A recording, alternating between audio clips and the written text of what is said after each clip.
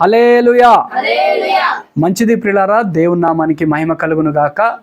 మరి గడిచినటువంటి ఉపవాస దినాలు, 40 రోజుల ఉపవాస దినాల్లో మరి దేవుని యొక్క మాటల్ని ధ్యానం చేసుకుంటూ వచ్చాం.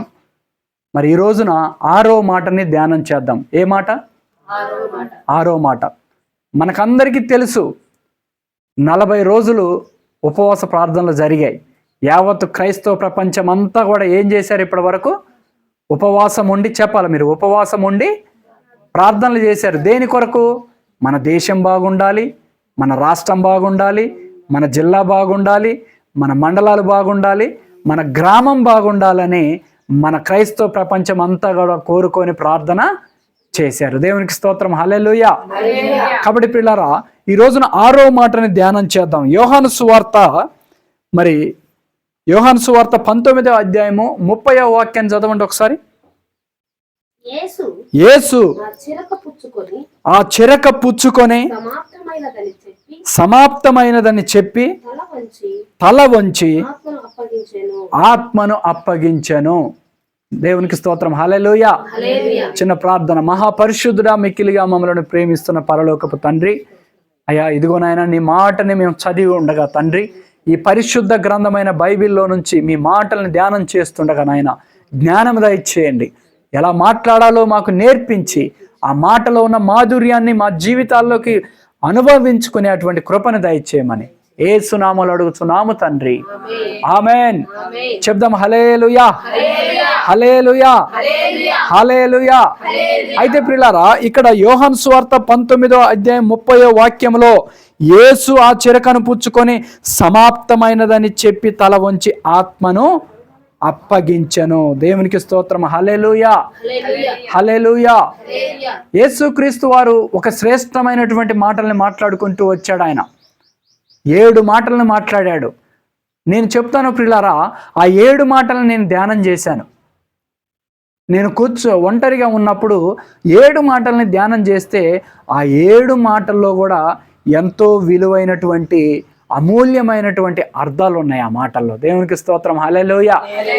అవి చదువుకుంటూ పోతూ ఉంటే ఒక సముద్రం లాగానే ఒక మాటకి సంబంధంగా ఆ బైబిల్లో ఎన్నో అంశాల మీద దేవుడు మాట్లాడిన మాటల్లో మన జీవితాలకు పనికొచ్చే అర్థము చాలా ఉన్నది. దేవునికి స్తోత్రం. హల్లెలూయా. కాబట్టి పిల్లరా, ఈ రోజున 6వ మాట ద్వారా మనకి ఏమి నేర్పించబోతున్నాడు దేవుడు? 6వ మాట ద్వారా మనం ఏమి నేర్చుకోవాలి అని అంటే, ఆయన ఏమంటున్నాడంటే, ఇక్కడ సమాప్తమైనది అని చెప్పి తల ఉంచి ఆత్మను అప్పగించెను. ఏ మాట మాట్లాడాను ఆయన? చెప్పండి నాతో పాటు. సమాప్తమైనది. చెప్పండి ఒకసారి నాతో పాటు. మళ్ళొకసారి. సమాప్తం అంటే అయిపోయింది, ముగిసింది. అంటే ఎవరన్నా మనకు ఒక పని అప్పచెపితే ఆ పనిని పూర్తి చేస్తే ఏమైందన్నట్టు? సమాప్తం అయిపోయింది. ఏదైనా ఒక కార్యం మొదలు పెట్టామో ఆ కార్యం పూర్తి అయిపోయిన తర్వాత ఏమైపోయింది అన్నట్టు? సమాప్తం అయిపోయింది. అట్లనే యేసుక్రీస్తు వారు కూడా ఆ 3 మేకుల మధ్యలో వేలాడుతూ తండ్రి అయిన దేవుని వైపు తల ఎత్తి ఆయన అంటున్నాడు, తండ్రి ఇదిగో సమాప్తమైనదయ్యా, నువ్వు నాకు అప్పగించింది సమాప్తం అయిపోయింది. నువ్వు ఏదైతే నాకు అప్పగించావో, నువ్వు ఏదైతే నాకు చూపించావో, నువ్వు ఏదైతే నా మీద నువ్వేదైతే భారం ఉంచావో అదంతా కూడా ఏమైపోయిందట? సమాప్తం అయిపోయింది అన్నాడు. అయితే ఏం సమాప్తమైంది?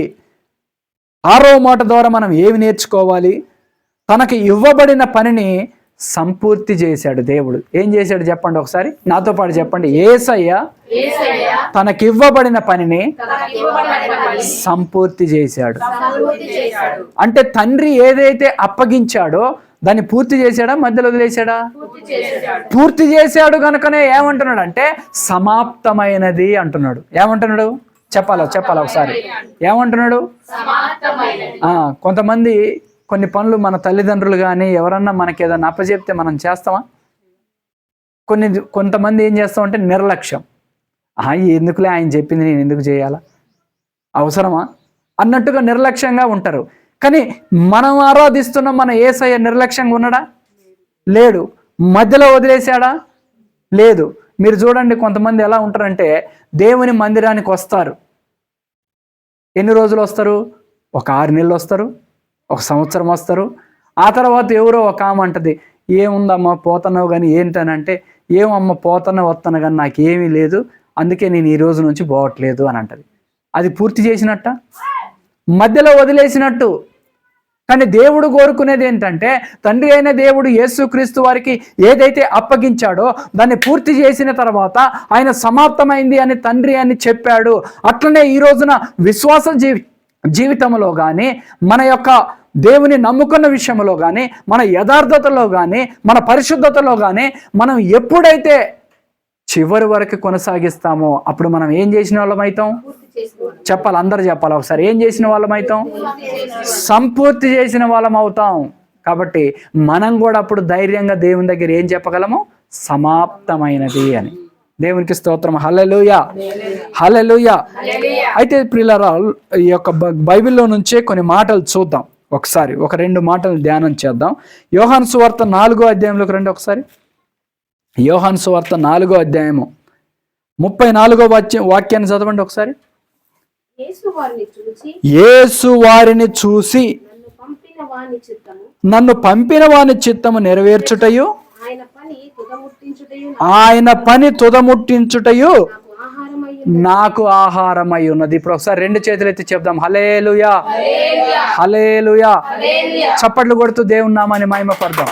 కోటాల బిగ్గరగా హల్లెలూయా, హల్లెలూయా.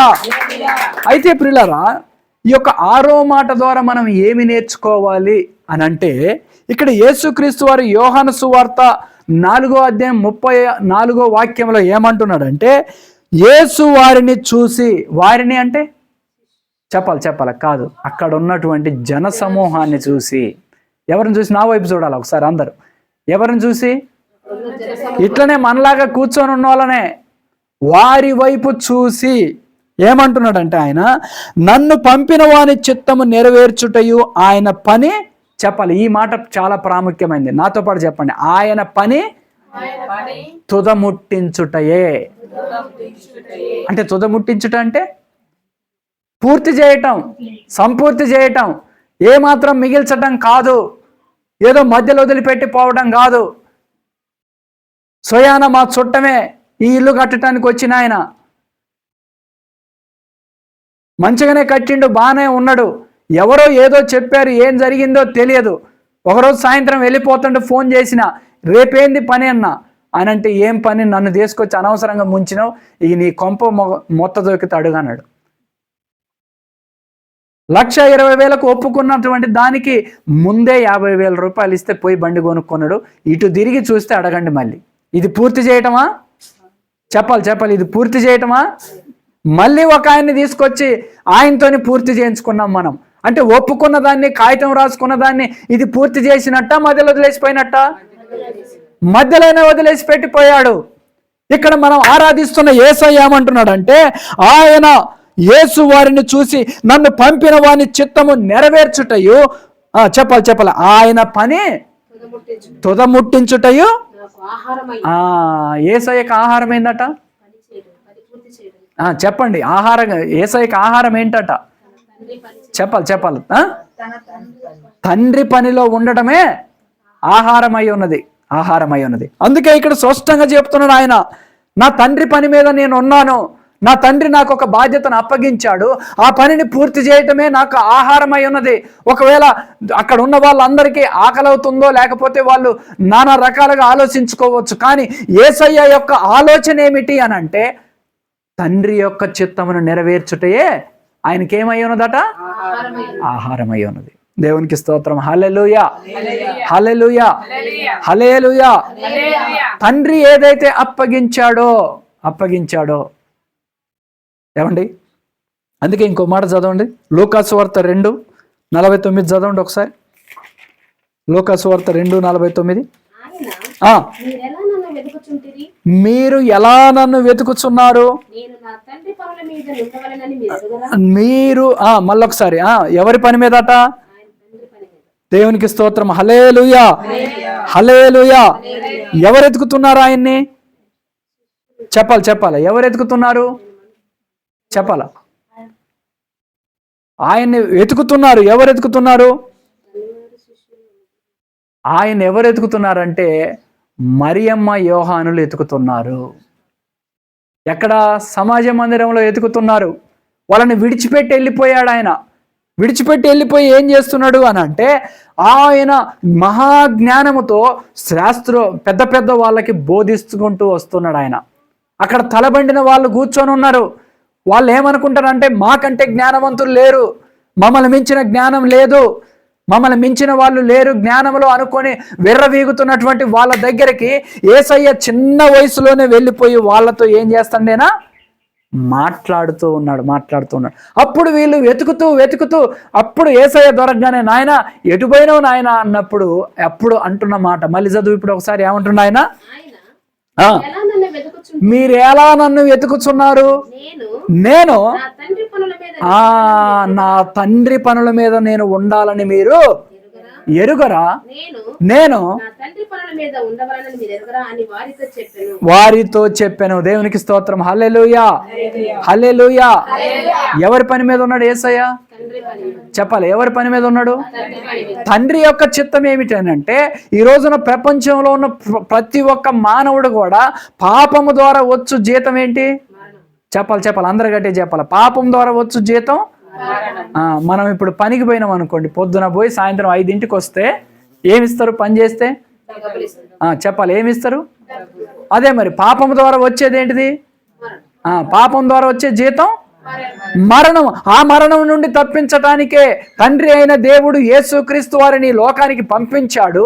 ఆ కల్వరి శిలువలో మరణించాడు ఆయన, మన కొరకై పునరుద్ధానుడై తిరిగి లేచాడు. గనుకనే ఈరోజు నువ్వు నేను ఇక్కడ కూర్చొని ఆరాధించగలుగుతున్నాము. దేవునికి స్తోత్రం. హల్లెలూయా, హల్లెలూయా.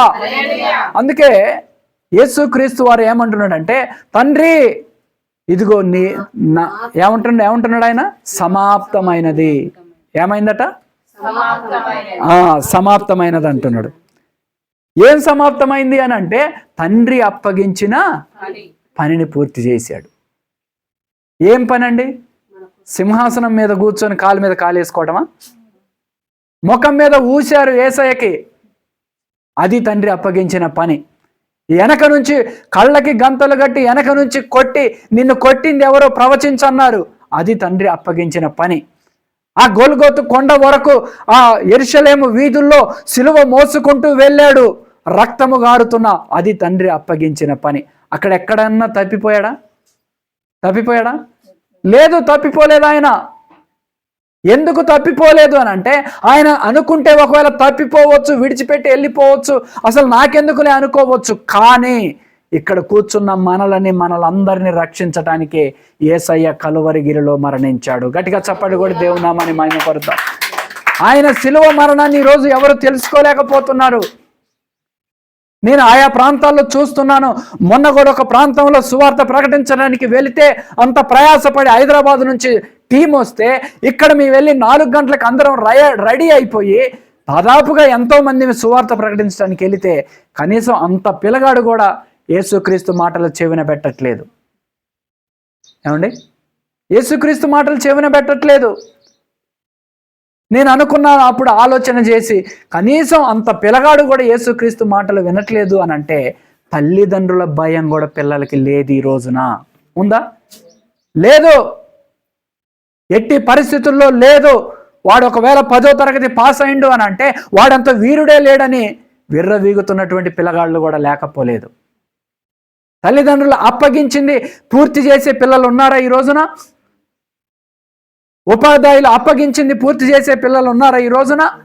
లేరు. కానీ యేసుక్రీస్తు వారు చిన్న వయసులోనే, 12 ఏళ్ల వయసులోనే ఆయన అంటున్న మాట ఏమిటంటే, నా కొరకు మీరు ఎందుకు ఎతుకుతున్నారయ్యా? మీరు నా కొరకు ఎందుకు ఎతుకుతున్నారమ్మా? నేను నా తండ్రి పనుల మీద ఉండవలనని మీరు ఎరుగరా. చూడండి ఎంత జ్ఞానంతో కూడిన మాట మాట్లాడుతున్నాడు ఆయన.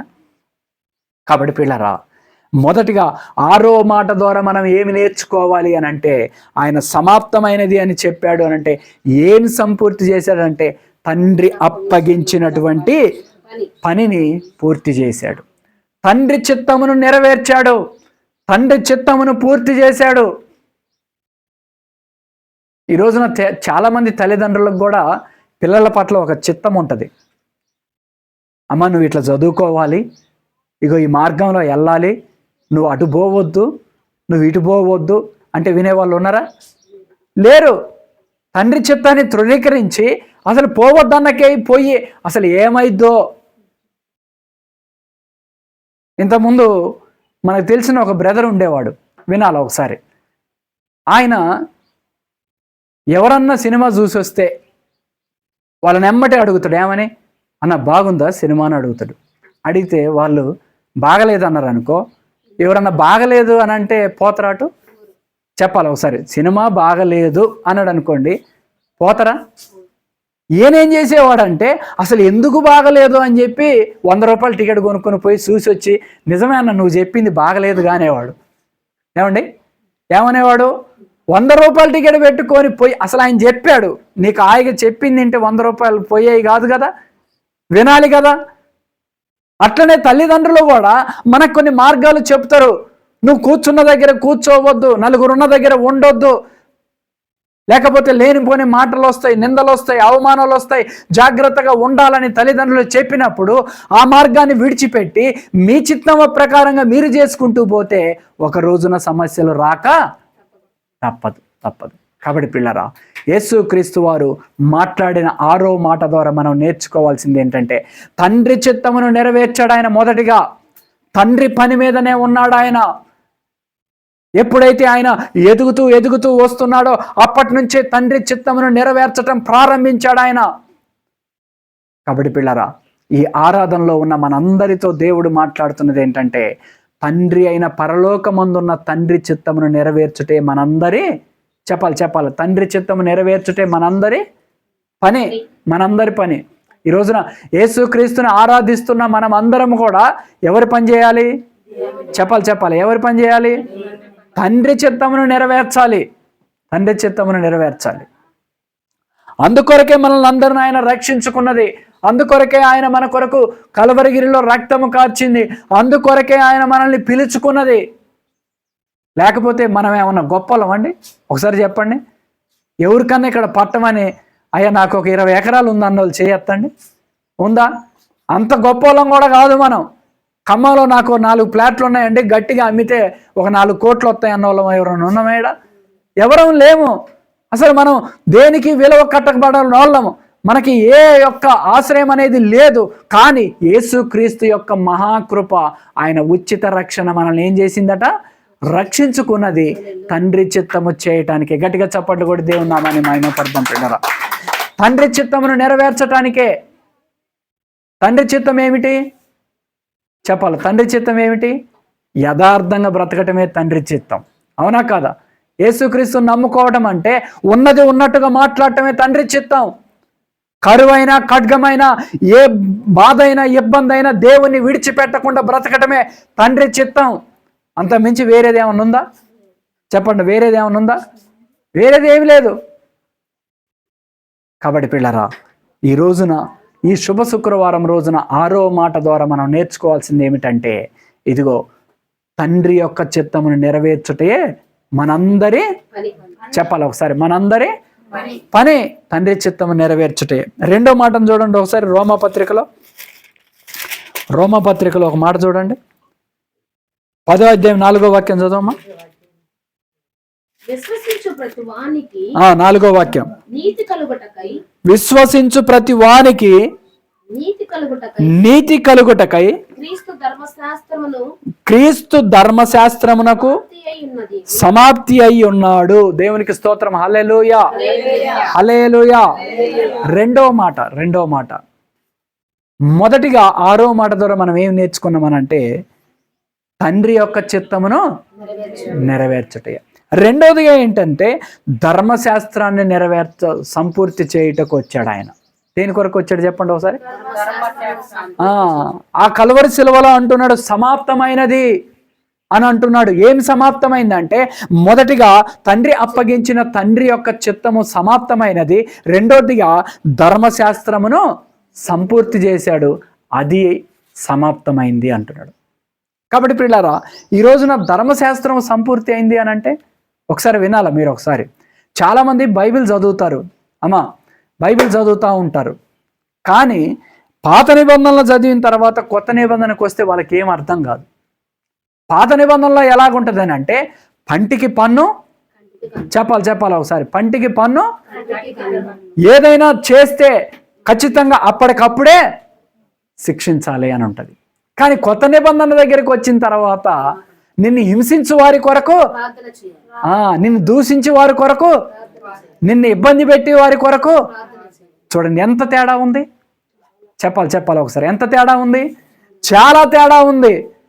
అక్కడ పాత నిబంధనలోకి వెళ్తేనేమో పంటికి పన్ను, ఆ క్షణమే అక్కడే ఎవరైతే పాపం చేస్తారో వాడిని రాళ్లతో కొట్టాలి అనే ఒక శాసనం ఉన్నది పాత నిబంధనలో. అందుకే వ్యభిచారంతో పట్టుబడినటువంటి స్త్రీ రాళ్లతో తరుముకుంటూ వచ్చారు. మంచిగా వినాలి ఇప్పుడు ఒక సబ్జెక్టు. మరి వ్యభిచారం చేస్తుంటే ఆ స్త్రీని పట్టుకున్నారు, మరి వాడెడిపోయిండు? చెప్పాలి ఒకసారి, వాడెడిపోయిండు? వాడిని పట్టుకోలే. ఈరోజు ఇక్కడ జరుగుతున్న న్యాయం కూడా అదే. కొన్ని సార్లు ఏదైనా చిన్న పంచాయతీలు వస్తే కూడా ఒకవైపు మాత్రమే, ఒకరిని మాత్రమే గద్దించేటువంటి పరిస్థితులు చూసుకుంటూ వస్తూ ఉన్నాను నేను. ఆ రోజుల్లో కూడా వ్యభిచారంతో పట్టుబడిన స్త్రీని అంత పిల్లగాన్ని మొదలుకొని మంచంలో కూర్చున్న ముసలోడు కూడా రాళ్ళు తీసుకొని తరుముతుంటే అటుగా యేసయ్య వస్తూ ఉన్నాడు. ఏమండి, ఆమె ఒక్కతే చేసిందా? చెప్పండి ఒకసారి, ఆమె ఒక్కతే చేసిందా? చెప్పాలి ఒకసారి, ఆమె ఒక్కతే చేసిందా?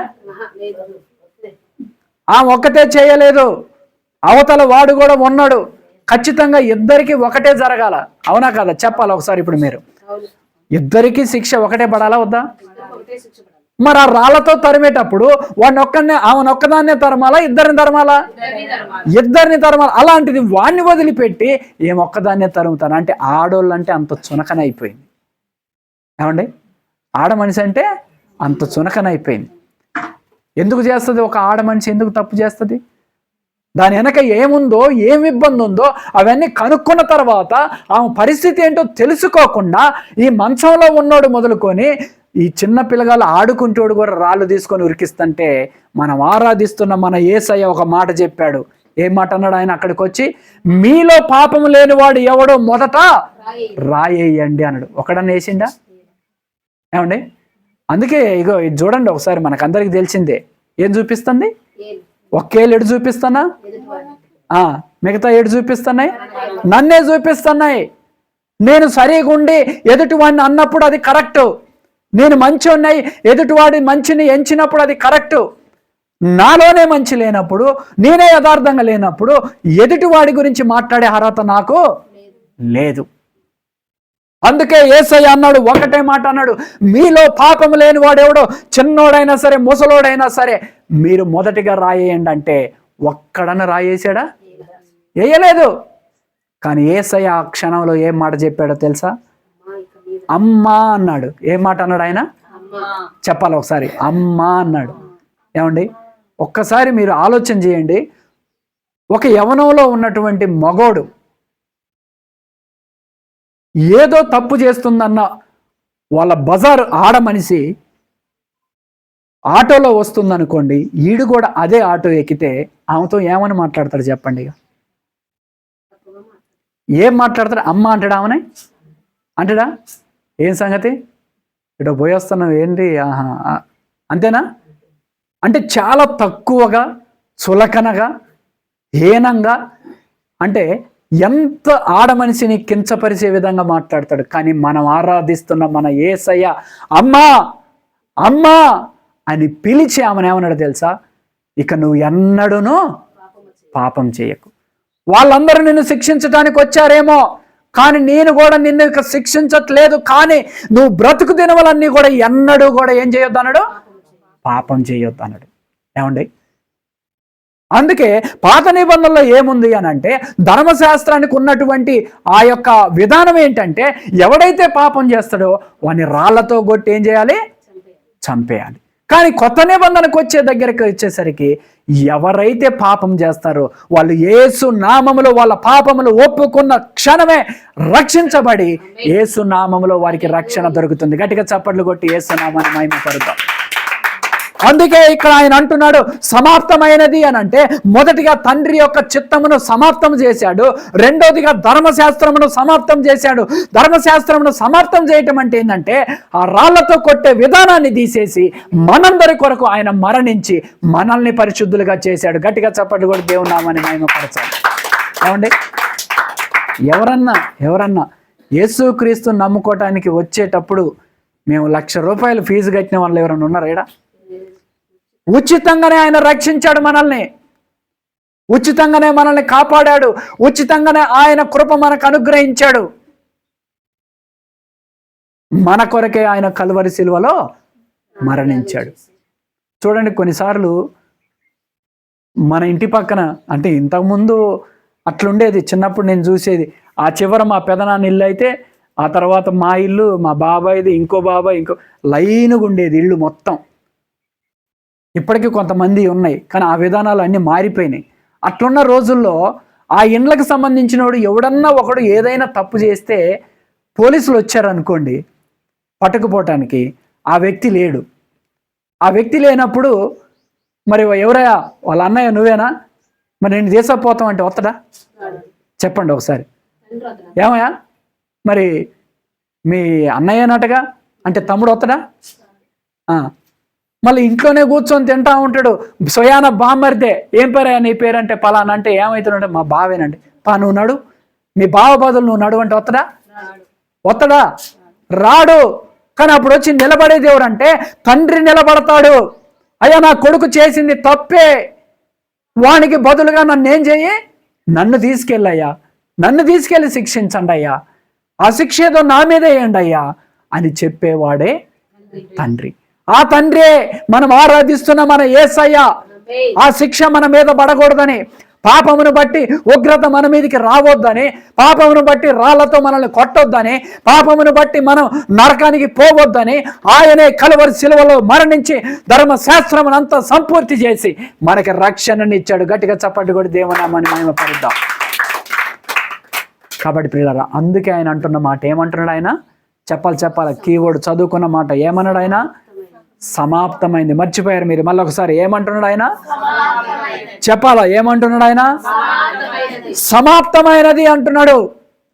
తండ్రి, నువ్వు నాకు అప్పగించిన నీ పని ఏదైతే ఉందో, నీ చిత్తం ఏదైతే ఉందో అది సమాప్తమైందయ్యా. అలాగే ధర్మశాస్త్రాన్ని కూడా సంపూర్తి చేశాను. ఎట్లా చేశాను అని అంటే, ధర్మశాస్త్రమే గనక ఉంటే, ఏమండి, ఇప్పటి వరకు యేసుక్రీస్తు వారే గనక, ఆయనే గనక వచ్చి అడ్డుపడకపోయి ఉంటే, ధర్మశాస్త్ర విధానమే ఉంటే ఈరోజు మనుషులు ఎవరు బతికే వాళ్ళు కాదు. ఉంటారా ఎవరన్నా? ఎలాంటి శిక్షలు వచ్చాయంటే, ఎవడైతే తప్పు చేస్తాడో వాని కుటుంబాన్ని మొత్తాన్ని తీసుకపోయి కూడా బ్రతికుండగానే ఒక గుంట తీసి ఆ గుంటలో వేయండి అనే విధానం వచ్చింది అనుకోండి, ఇక మనుషులు ఉంటారా? పాపం చేయనోడు ఎవడు? అందుకే రోగం లేనోడు రాగం లేనోడు. చెప్పాలి ఒకసారి, ఏదో ఒక రాగము, ఏదో ఒక రోగం మనిషికి ఖచ్చితంగా ఉంటుంది. ఖచ్చితంగా పాపం అనేది మనిషి చేస్తాడు, మనిషి స్వభావమే అది. కానీ ఆ పాపములోనే చనిపోయి, ఆ పాపములోనే నరకానికి పోకూడదని యేసుక్రీస్తు వారు మన కొరకు ఏం చేశాడు? ఆయన దిగి వచ్చి సిలువలో మన కొరకు మరణించాడు. కాబట్టి పిల్లరా, ఈ 6వ మాట ద్వారా రెండోదిగా మనం నేర్చుకోవాల్సింది ఏంటంటే, ఆయన ధర్మశాస్త్రాన్ని ఏం చేశాడు? ఆయన చెప్పాలి ఏం చేశాడు? సంపూర్తి చేశాడు. అందుకే దాని కింద ఇంకో మాట చదవమ్మా, గలతీయులకు రాసిన పత్రిక 3:24 చదవండి. 3:24 విశ్వాస మూలమున నీతిమంతులమని తీర్చబడినట్లు క్రీస్తు విషయమై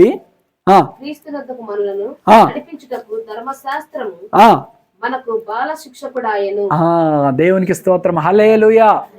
చెప్పాలి ఒక్క నిమిషం మీరు వినాలి. ఇక్కడ ఒక మంచి మాట ఉంది మనకి. ఏముంది అని అంటే, కాబట్టి మనము విశ్వాస మూలమున నీతిమంతులమని తీర్చబడినట్లు క్రీస్తు విషయమై ధర్మశాస్త్రము మనకేమైందట? అది మొట్టమొదట చదివేది ఏంటిది మనం? చెప్పండి, ఏం శిక్ష? బాలశిక్షే కదా ఫస్ట్ చదివేది. ఏంటిది? బాలశిక్ష అంటే నేర్చుకోవటం. బాలశిక్ష అంటే ఒక మార్గం చూపించటం. అంటే పై చదువులకు వెళ్ళాలంటే ముందు ఏం చేయాలా? బాలశిక్ష చదవాలా లేదా? ఆ బాలశిక్ష నుంచే బాలశిక్ష అయిపోయిన తర్వాత ఒకటో తరగతి అయిపోయిన 2, 3, 4, 10 ఆ తర్వాత పీజీల వరకు మనం ఏం చేస్తాం? వెళ్తాం. అట్లనే ఇక్కడ ధర్మశాస్త్రం మనకి దేనికి ఉపయోగపడింది అని అంటే, ఆయన మనం నీతిమంతులుగా అంటే యేసుక్రీస్తు దగ్గర నీతిమంతులుగా ఆయన రక్తంలో కడగబడటానికి ఈ ధర్మశాస్త్రం మనకి ఏమైందట? బాలశిక్షకుడు ఆయన. అంటే అక్కడికి మనల్ని నడిపించింది ఇది. యేసుక్రీస్తులో ఉన్నటువంటి ఆ యొక్క క్షమాపణ గుణము కానీ ఆయన యొక్క మంచి స్వభావాన్ని మనకి ఏం చేసింది? ధర్మశాస్త్రం నేర్పించింది. దేవునికి స్తోత్రం. హల్లెలూయా, హల్లెలూయా. కాబట్టి ప్రియులారా, ధర్మశాస్త్రమును కూడా ఆయన ఏం చేశాడు? సంపూర్తి చేశాడు. కాబట్టి ప్రియులారా, ఈ మధ్యాహ్న కాల సమయంలో వాక్యం వింటున్న మనతో 6వ మాట మాట్లాడుతున్నాడు దేవుడు సిలువలో. ఆ మాట ద్వారా మనం ఏమి నేర్చుకోవాలి అని అంటే, మొదటిగా తండ్రి చిత్తమును ఆయన ఏం చేశాడు? నెరవేర్చాడు, సంపూర్తి చేశాడు. రెండోదిగా ధర్మశాస్త్రమును ఏం చేశాడు? సంపూర్తి చేశాడు. ఆయన తీసివేశాడు ధర్మశాస్త్రమును. ఇక దానికి అడ్డుగా ఉండిపోయాడు ఆయన. ఏం చేశాడు చెప్పండి ఒకసారి? ధర్మశాస్త్రానికి ఏం చేశాడు ఆయన? అడ్డుగా ఉండిపోయాడు ఆయన. అందుకే ఈ రోజున ధర్మశాస్త్రంలో ఉన్నటువంటి శిక్షలు ఏమైనా మన మీదకి వస్తున్నాయా? ఏమైనా వస్తున్నాయా? ఒక్కటి కూడా రావట్లేదు. అందుకే మీరు పాత నిబంధనలో చదివితే ఆ కాలంలో ఉన్నటువంటి శిక్షలు ఏవి కూడా ఇప్పుడు లేవు. మనం ఎప్పుడైతే ఒకవేళ తెలుసో తెలియకో గనక మనం పాపం చేస్తే, ఒక్కసారి గనక యేసు నామములో గనక ప్రార్థన చేసుకుంటే, యేసయ్యే రక్షకుడని తెలుసుకుంటే, యేసే రక్షించే దేవుడని తెలుసుకొని ఆయన దగ్గర ప్రాధేయపడితే ఖచ్చితంగా ఆయన క్షమించి రక్షించి కృప చూపే దేవుడు. గట్టిగా చప్పట్లు కూడా దేవుని నామాన్ని మహిమపరచుదాం. రక్షించి క్షమించి కృప చూపే దేవుడు. అందుకే ఆయన ఏమంటున్నాడంటే సమాప్తమైనది అంటున్నాడు. ఏ మాట అంటున్నాడు చెప్పండి ఒకసారి? సమాప్తమైంది అంటున్నాడు. మధ్యలో ఏది విడిచిపెట్టలేదు. తండ్రి అప్పగించిన పనిని విడిచిపెట్టలేదు. ధర్మశాస్త్రాన్ని సంపూర్తి చేసే విషయంలో కూడా ఆయన ఏం చేయలేదు? విడిచిపెట్టలేదు. ఇవి రెండు కూడా సంపూర్తి చేశాడు గనుకనే తండ్రి దగ్గరికి వచ్చిన తర్వాత అంటున్నాడు, సమాప్తమైంది తండ్రి. నువ్వు నాకు అప్పగించినటువంటి పని ఏదైతే ఉందో, నువ్వు నా మీద పెట్టుకున్న నమ్మకం ఏదైతే ఉందో, నువ్వు నమ్మి నాకేదైతే అప్పగించావో అది సమాప్తమైందయ్యా అని తండ్రికి మళ్ళీ ఏం చేశాడు? ఆయన రిపోర్ట్ ఇచ్చాడు. కాబట్టి బిడ్డరా, ఈ మధ్యాహ్న కాల సమయంలో యేసయ్య మాట్లాడిన అమూల్యమైనటువంటి ఈ 6వ మాట ద్వారా మనం నేర్చుకోవాల్సింది ఏంటంటే, మనకి ఏది అప్పగింపబడినా ఈ రోజున మనందరి మీద కూడా ఒక బాధ్యత ఉన్నది. ఏంటి అనంటే సువార్త ప్రకటించాల్సిన బాధ్యత ఉన్నది. దేవుని కొరకు నిలబడవలసినటువంటి బాధ్యత ఉన్నది. నాకు తెలుసు మీరందరూ కూడా నిలబడ్డారు కనుకనే ఇక్కడ ఒక గొప్ప కార్యాన్ని, ఒక గొప్ప సభను మనం చేయగలిగాము. దేవునికి స్తోత్రం, హల్లెలూయా. మీ వంతుగా మీకు దేవుడు అప్పగించింది మీరు చేశారు గనుకనే, మాకు సహకరించారు గనుకనే ఇంత జయకరంగా ఇక్కడ మనం దేవుని పనిని చేయగలుగుతున్నాం. దేవునికి స్తోత్రం, హల్లెలూయా. కాబట్టి పిల్లరా, ఇంకా దేవుని పని కొరకు, ఆయన అప్పగించిన పని కొరకు ఎక్కడ తొలగిపోకుండా మనమందరం పూర్తి చేయాలి. ఆయన మహిమ కొరకు నిలబడాలి. అట్టి కృప దేవుడు మనకు అనుగ్రహించును గాక. ఆమేన్, ఆమేన్.